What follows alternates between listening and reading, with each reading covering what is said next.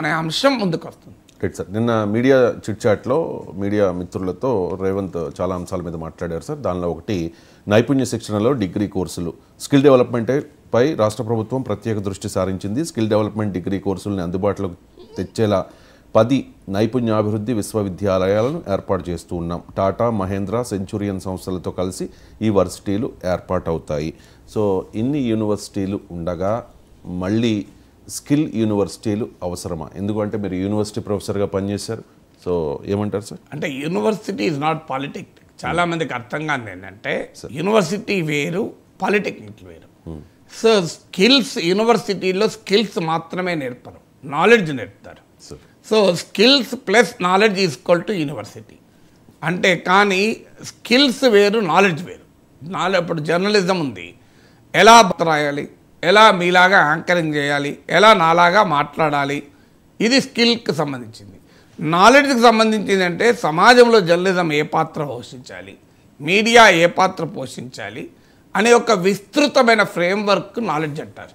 So ఈ skill నాలెడ్జ్కి ఉండేటువంటి తేడా మీకు ఇంకా సింపుల్గా అర్థం కావాలంటే, మెకానికల్ ఇంజనీర్కు మన కార్ మెకానిక్కు తేడా.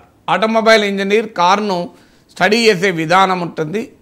మీకు ఒక ఆటోమొబైల్ మెకానిక్ 10వ తరగతి కూడా పాస్ కాని మెకానిక్ ఈ బండి మొత్తం ఇప్పి మళ్ళీ ఫిక్స్ చేస్తాడు. కానీ ఆ మెకానిక్ని అడగండి ఇది ఇక్కడ ఎలా ఉంది అంటే సమాధానం ఉండదు. అలా ఉంది అంతే. సో అందువల్ల మనకు ఒక మెకానిక్ అంటే స్కిల్, మెకానికల్ ఇంజనీర్ అంటే నాలెడ్జ్.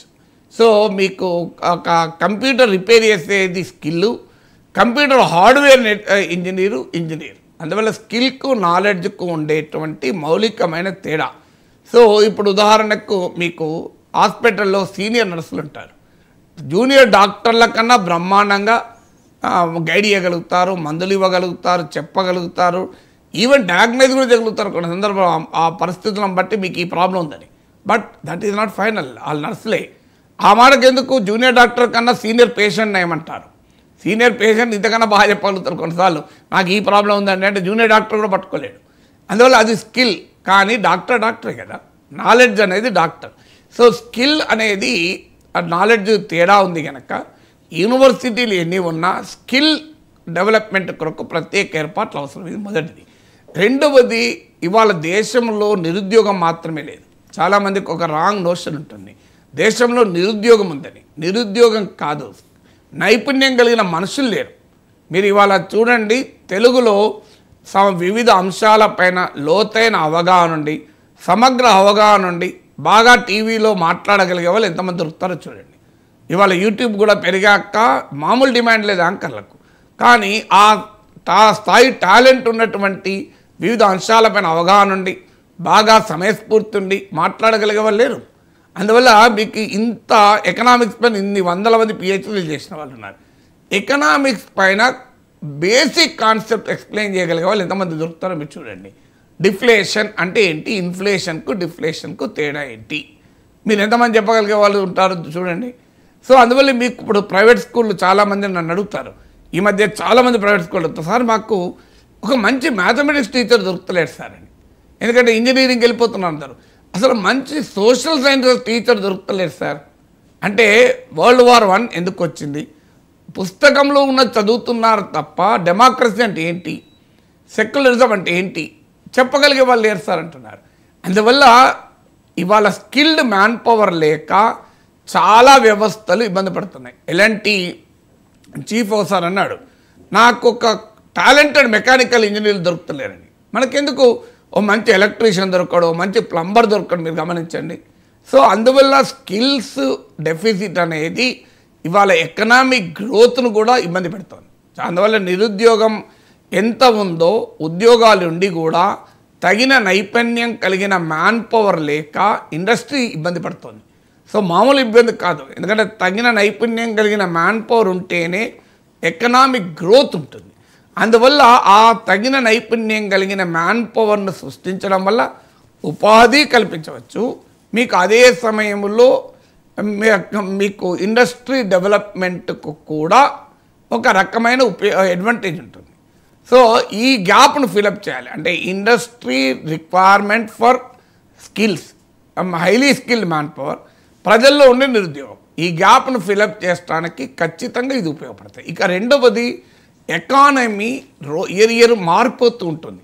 మీకు ఉదాహరణకు ఒక 20 ఏళ్ల క్రితం అంటే మరీ ముఖ్యంగా 91 ఎకనామిక్ లిబరలైజేషన్కు ముందు చూడండి, షాపింగ్ మాల్స్ ఉండేనా మనకెక్కడైనా? అంటే మార్కెటింగ్ రంగం ఇంత విస్తృతంగా అభివృద్ధి చెందిందా? ఇంటర్నెట్ రాకముందు 96లో ఇండియాలో ఇంటర్నెట్ ప్రవేశించింది.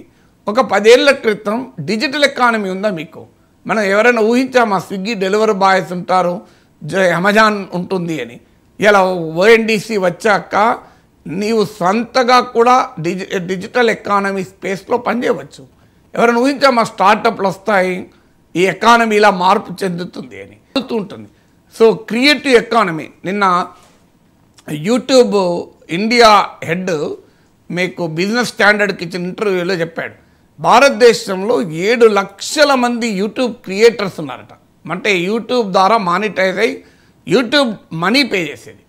ఇందులో గణనీయమైన భాగం, మెజారిటీ భాగానికి వారికి వేరే ఉద్యోగాలు లేవు, వేరే ఆదాయాలు లేవు. నాగేశ్వర్ లాగా ఓ యూనివర్సిటీ ప్రొఫెసర్ కాదు వాళ్ళు. కేవలం యూట్యూబ్లో వారు చేసే క్రియేటివిటీ ద్వారానే వారు జీవితం కూడా గడుపుతున్నారు.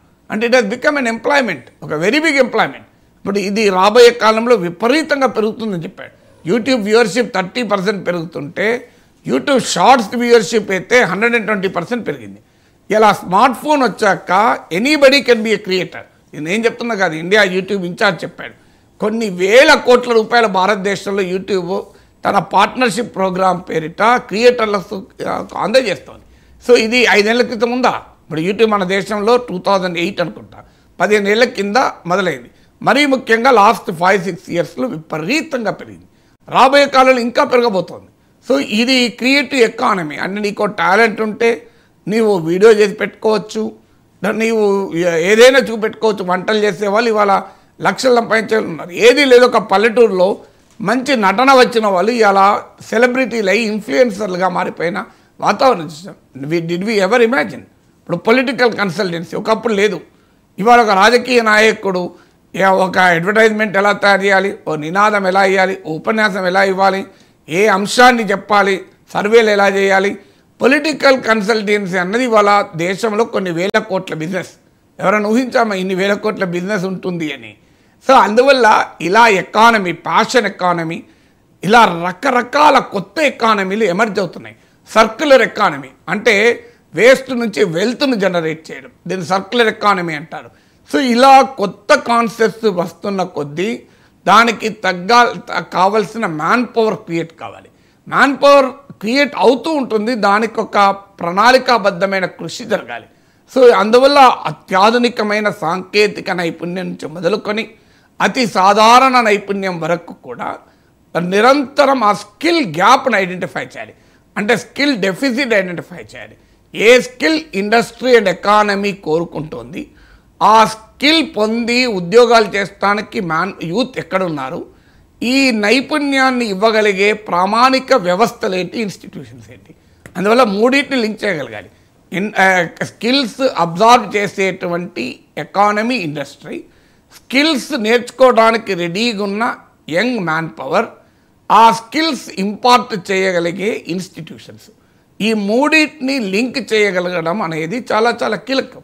ఎందుకంటే రాబోయే ఎకానమీని డిఫైన్ చేసేది ఈ స్కిల్స్ ఉన్నవారు మాత్రమే దేశంలో పెరుగుతారు.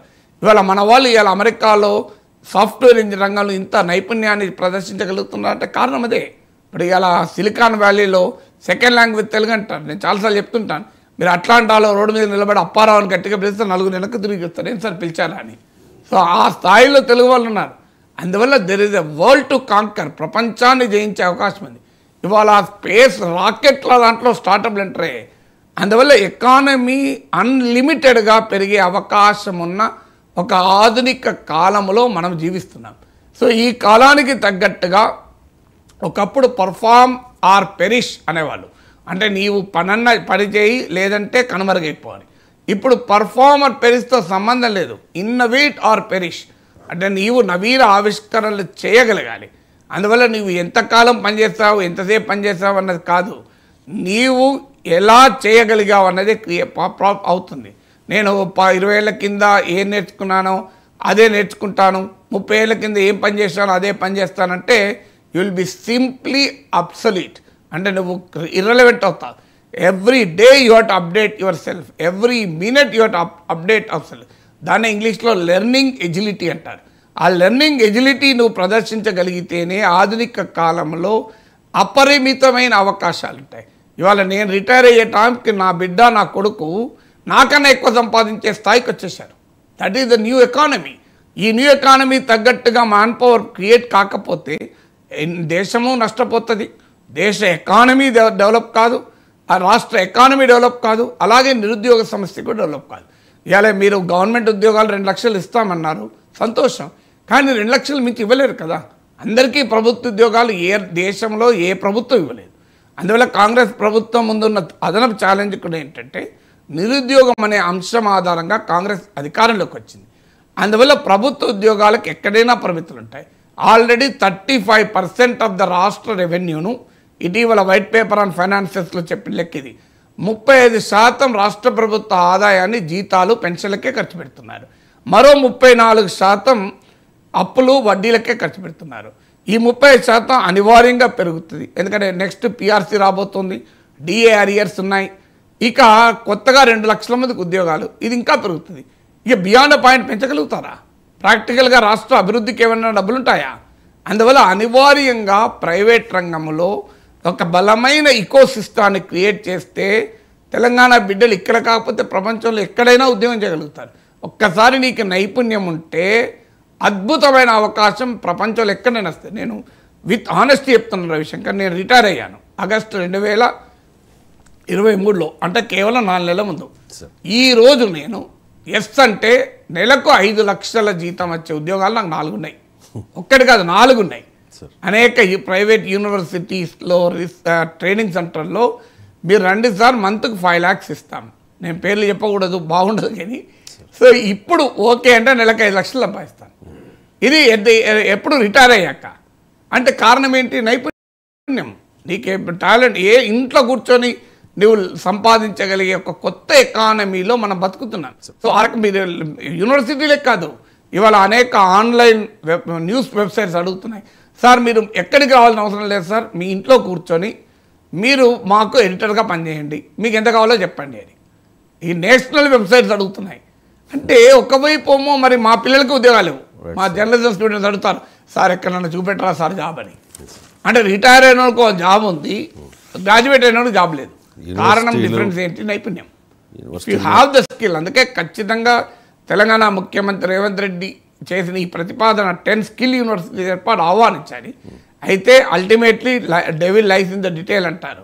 సో ఆ స్కిల్ యూనివర్సిటీని ఎలా ఏర్పాటు చేస్తావు, దాని కంటెంట్ ఎలా ఉంటుంది, ఫామ్ ఎలా ఉంటుంది అనేది రేపు కీలకం కాబోతుంది. But the idea itself is very good. యూనివర్సిటీలే కాదు సార్, రేవంత్ రెడ్డి కూడా మీ పేరు ప్రస్తావించారు నిన్న, సీఎం రేవంత్ రెడ్డి. మీరు అబ్జర్వ్ చేశారో లేదు, మీ నోటీస్కి వచ్చిందో లేదు.